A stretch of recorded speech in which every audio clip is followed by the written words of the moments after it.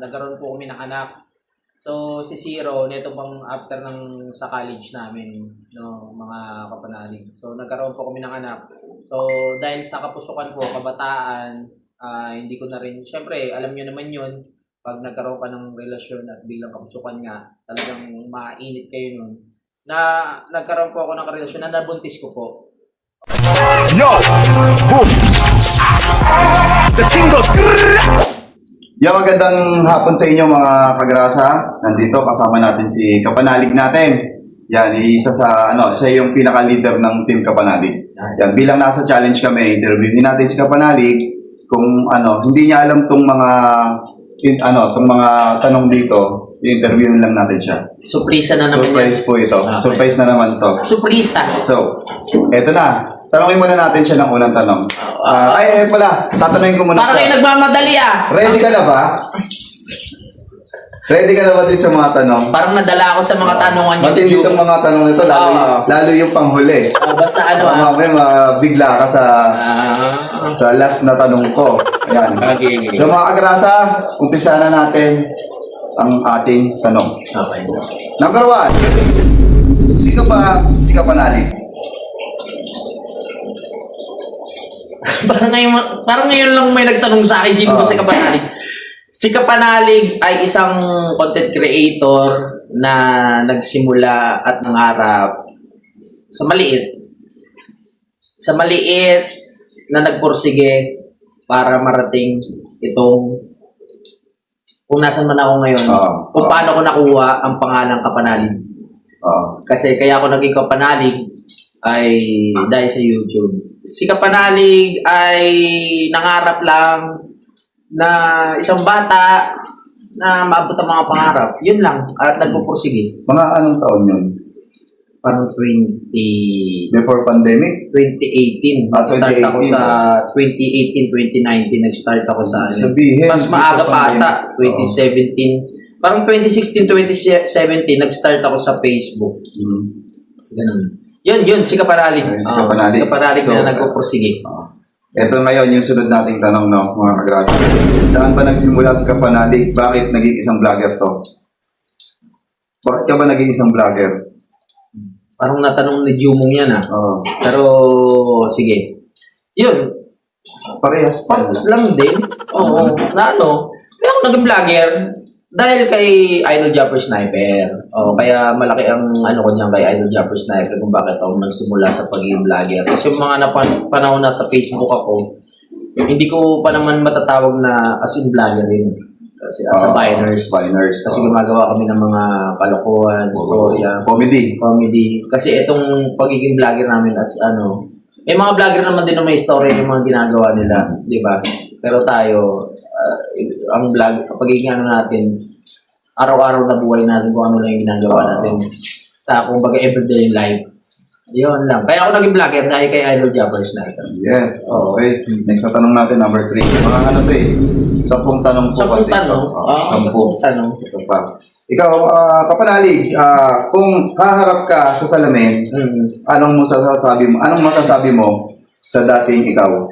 Sa dating ako, Ano yung tanong na yun, ha? magstay ka na dyan. Ang dami ng korap ngayon dito. Hindi. Sa dating ako, Dati, kunyari, ikaw. salamat. Ikaw.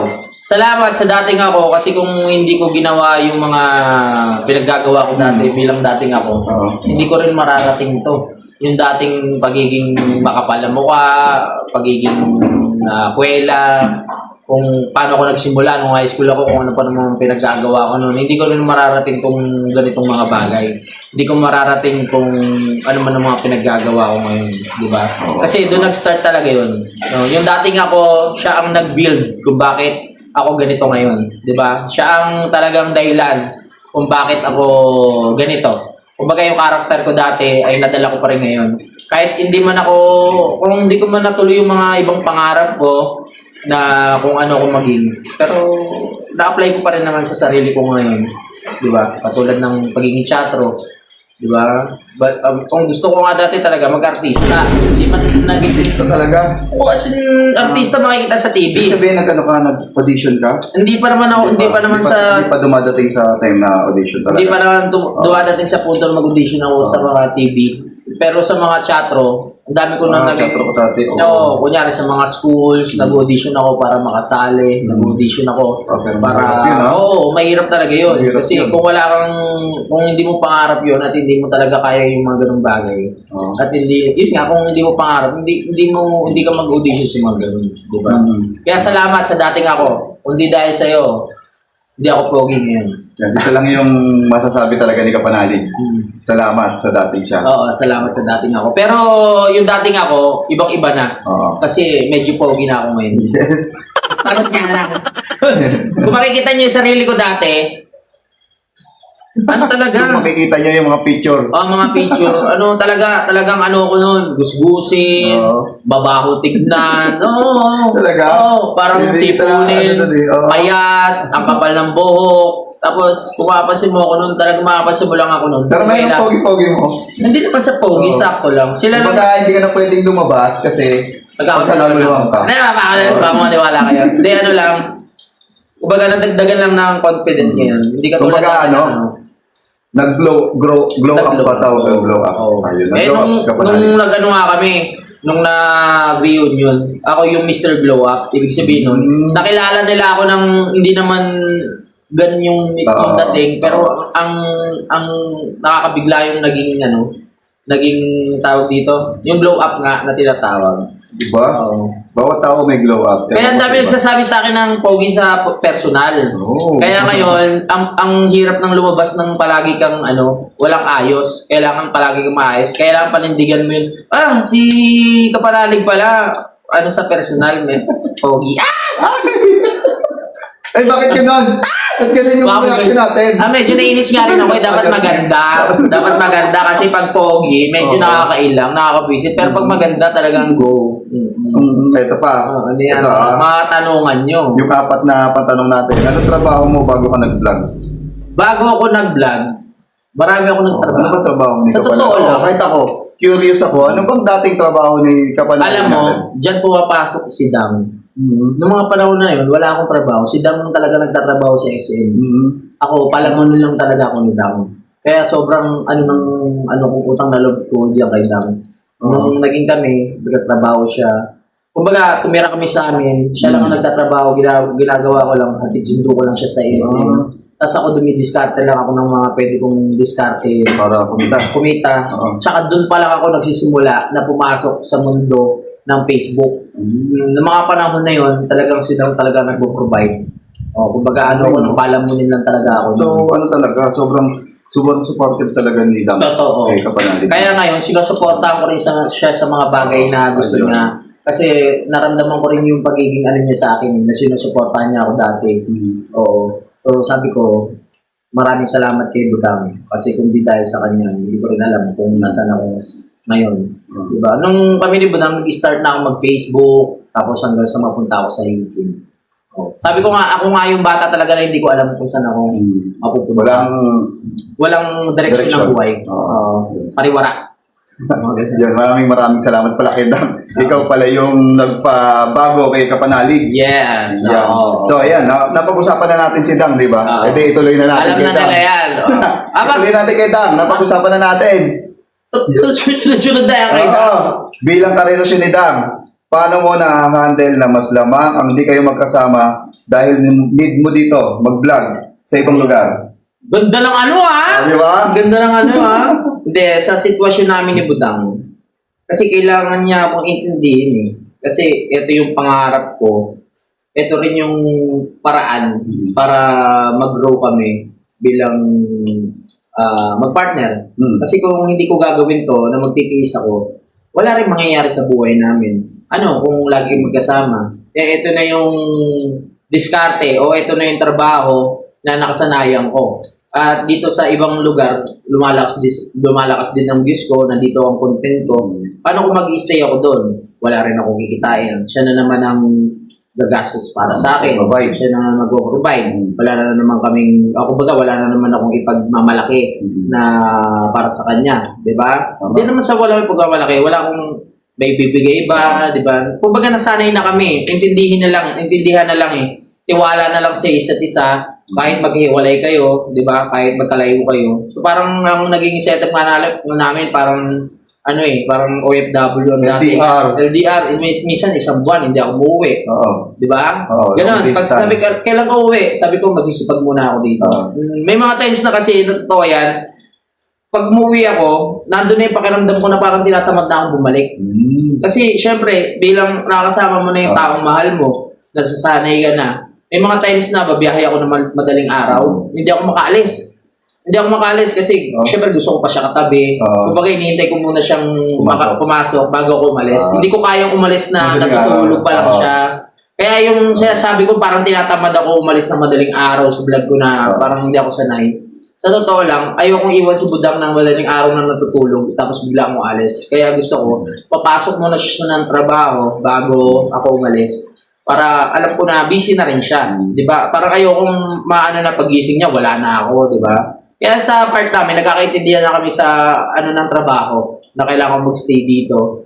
Tiwala lang sa siya nung nagtatrabaho naman siya doon, nagnegosyo, wala naman kaming issue about sa mga lokuhan o ano man.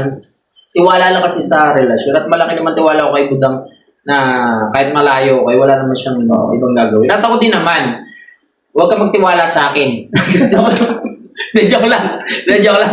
Si Kuya Boy kasi talaga yung pag pumunta si Kuya Boy dito, nag-iiba yung ihip ng hangin. Baka mamaya. Hindi nyo alam yung nag-interview sa akin. So ayan, nalaman nyo na, wala na tayong issue dun Ang dami kasi nagtatanong sa comment section na tungkol kay Dan. So ayun, nalaman na po natin na okay sila. Pag-itinda lang dahil sa lang yan sa ng trabaho. Sa to lang, pwede naman ako umuwi every week eh. Ang inaano ko lang din, syempre yung biyahe. Number one biyahe. Number one kasi talaga yung biyahe. Tapos yung pagbalik mo, ang hirap na nga. Tama. So, lipat na tayo sa sa panglimang tanong. Lima pa lang tayo. Lima pa lang ba yan? Lima pa, another 6 pa. So, ito bilang nasa challenge kami. Anong feeling na maging isang leader ng isang grupo? Feeling, mabigat. Feeling. Mabigat na masarap. Kasi dati nga, hindi ko naman talaga pinangarap na maging leader eh. Kasi hindi ako sanay mag-handle ng isang grupo. Kasi mabigat na responsibilidad yan. Pero as a leader ngayon, tinatanggap ko na na dapat mapangaralan mo yung bawat isa, grupo mo kung ano yung dapat gawin, di ba? Kung talagang gusto nila, dapat meron ka rin mabagay na good example. Kasi as a leader, kulang ako sa decision na tama. Yun ang napapansin ko sa sarili ko eh. Kaya gusto ko kasi palagi silang kinukonsulta kung ano ba dapat magandang gawin. Hindi ako yung nag-decision na lang na bigla-bigla na gusto ko to. Tiyatanong ko sila. As a leader, kailangan kasi ganun para nagkakaintindihan eh. Sobrang pressure bilang maging leader kasi syempre, lahat yan hindi mo katulad ngayon sa challenge. Di ba? Hindi tayo pwedeng mapag-iwanan. Hindi man tayo maging una, at least makapasok tayo. Di ba? At least mapatunayan natin sa kanila na hindi tayo pag-iwanan. Support na lang. Lalaban. Pang number 9 na tanong ko yan eh. Pag number 9. Na-pressure ka ba nung nalaman mo na dalawa kami sa Team Kapanalig yung kasali dito? Sinali kami ni Idol na dalawa. First time. Tapos may ganyan pa tayong hinahabol na views. Yun, anong feeling doon na pressure ka ba? Or kung ano? Sa totoo lang, nakaka-pressure yan. Real talk to As bilang pangalawa kay Idol, si Idol lang pinaka-pinuno natin, di ba? At ako nakasama niya talaga as na pangalawang talagang kami yung nagsama. Parang nakaka-pressure sa part na bilang ako, kapanalig, hindi makakapasok yung dalawang kapanalig din sa challenge. Kasi as a leader, kailangan gumawa ng paraan para umangat din yung isa. Si Jubong nasa gilid. Umangat din yung mga nasa challenge. Kaya ako, pag nakagraduate ang bawat isa, masaya na ako eh. hindi ko na pinapangarap yung para mag number 1 pa o para mag ano. Kasi depende rin yan sa kakayahan ng ano eh, depende yan sa kakayahan ng tao. Kunyari ako, kaya ko yung sarili ko, pero hindi ako nag number 1. Hindi naman sa ano, paano pa kaya yung mga team ko rin na sakto lang din yung kakayahan, di ba? Kahit anong gawin ko, kung talagang sino lang yung suporta, yun lang talaga. Tama. Kaya ang pinopokus ko lang ngayon, makagraduate. Di ba? After graduation, wow, masaya na. O, edi depende kung ano na lang yung magiging content, kung magiging ano. Ayun talagang nakaka-pressure kung paano makagraduate ng isang or dalawa sila. Depende na lang eh. Lalo ngayon, dalawa. Oo, kayong dalawa. Pero kayo na ng dalawa. Hindi First ko- time pang nangyari. Kaya ngayon hindi ko alam kung anong mangyayari. Pero pinaka-challenging talaga sa akin kung paano kayo papasok sa 10K views. Yes. Oo. Sa loob ng 4 days. Ayun. So, ayun, naalaman na natin na nape-pressure pa na talaga Oo yung naman. kapanalig natin. No? Oo. Kay So, daddy nga eh. oo. Noong una, nagka-problema akala ko kasi Si hindi daddy? magiging okay. Kasi Oo. syempre, ano magiging content ni daddy, di ba?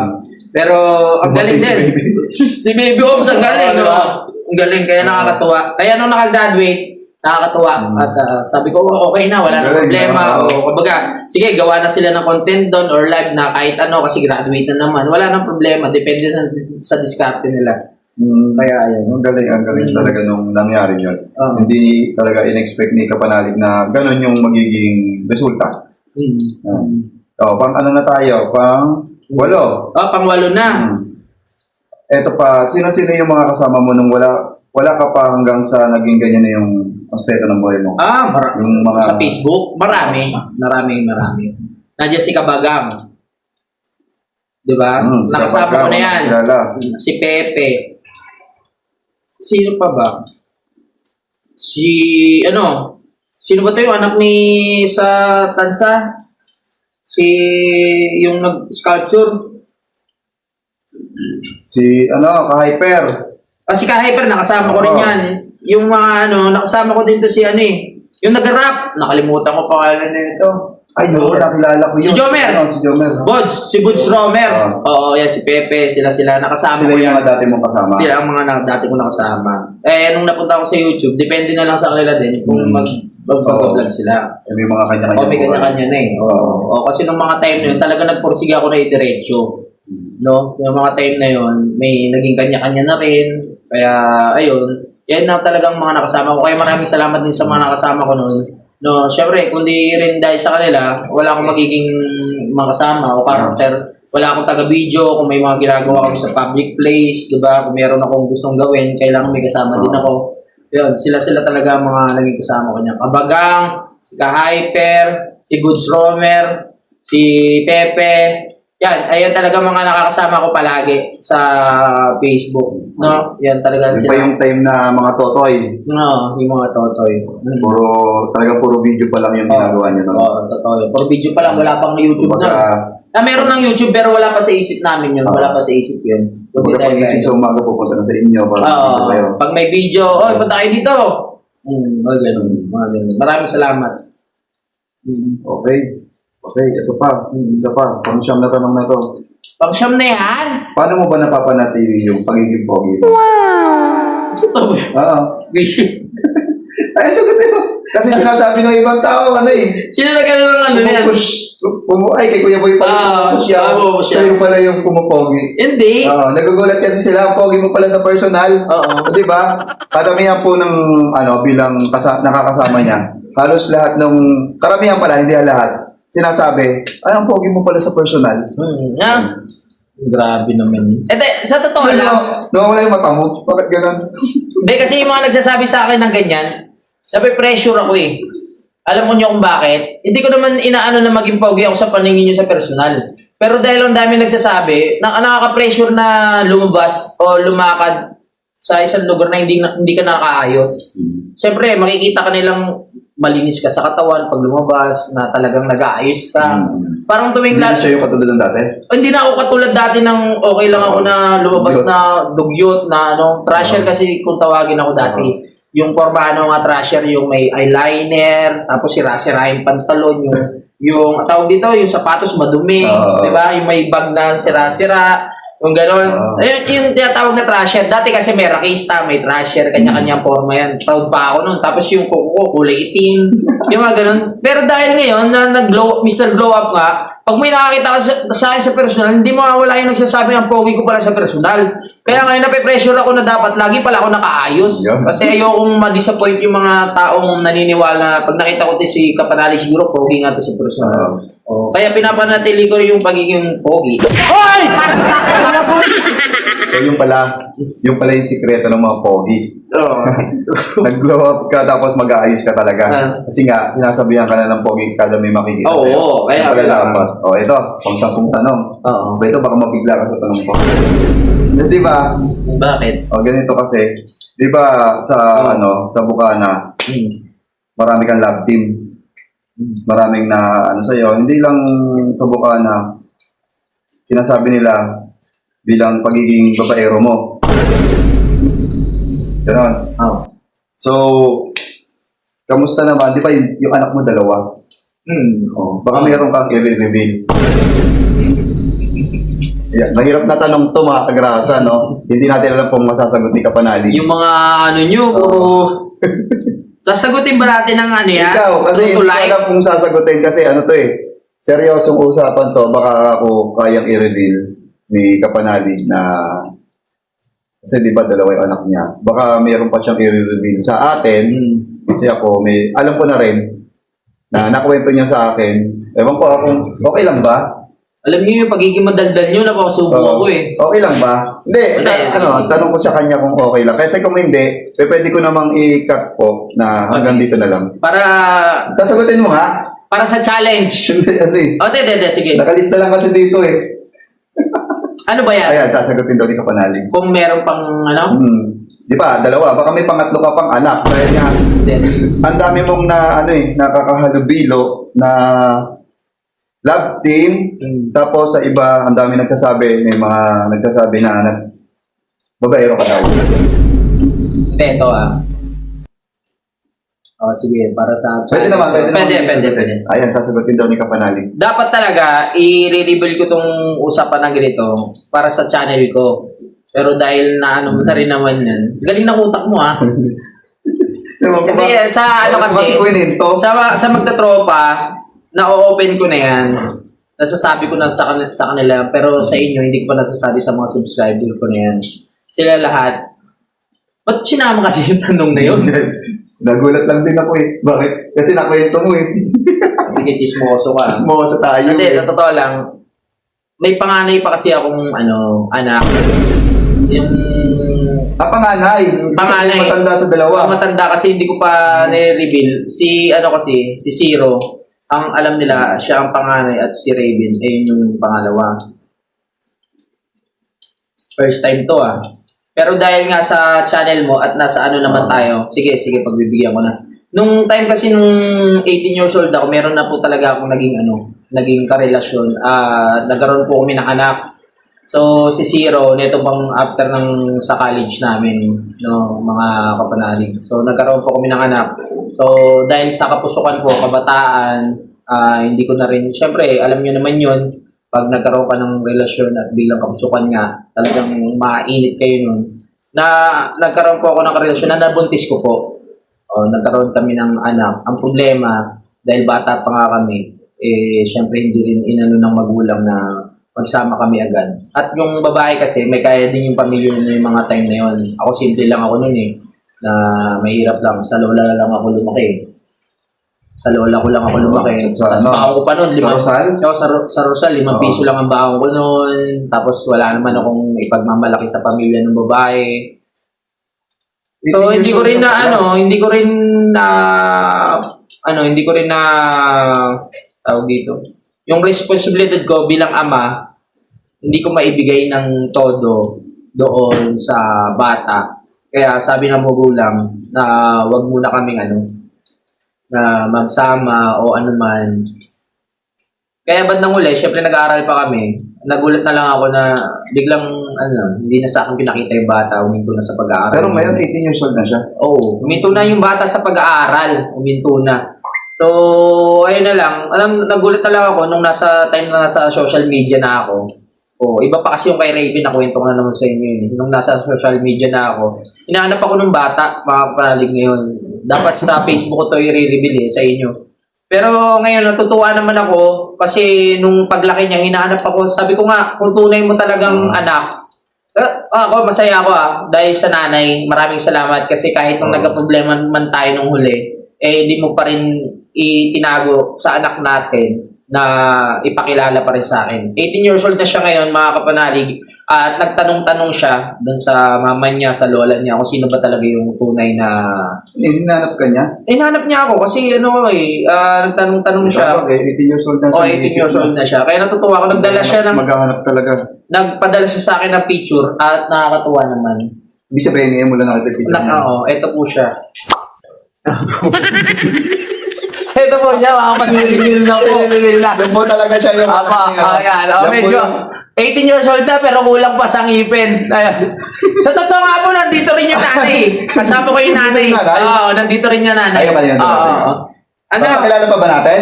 Baby. Uy, baka magalit si Dan. Hindi, okay lang. Nandito nga yung nanay. Nagluluto. Luto po tayo. Upo ka dito po. Ito pa, paupuin po natin Ito yung po yung Antonay na nanay. May pagkakawag ba? Balik mo nga. May pagkakawig ah. May pagkakawig. Meron ako ang tunay na nanay niya. Ikaw yung nanay. Ayan, malayo pa po yung pinanggalingan ng nanay. Di man kami nagkabalikan. Ako naman ang maid niya ngayon. Oo. Isa pa. Pakita mo. Lapit. Lapit. Magkakawig na. Ano na po ito? Prank lang po yun. It's a prank. Yan. Thank you. Mga grasa, hanggang dito na lang itong vlog. At maganda naman yung interview natin. Pero pasensya na kahit na prank kayo. Yan siya na po. Alright. Okay, hanggang dito na lang. Mga grasa, maraming salamat sa nanood. Maraming salamat sa lahat ng viewers natin. Pati silent viewers, maraming salamat. Hanggang dito na lang po. Until the next vlog. Bye! Thank you. Yo! Boom! The king goes.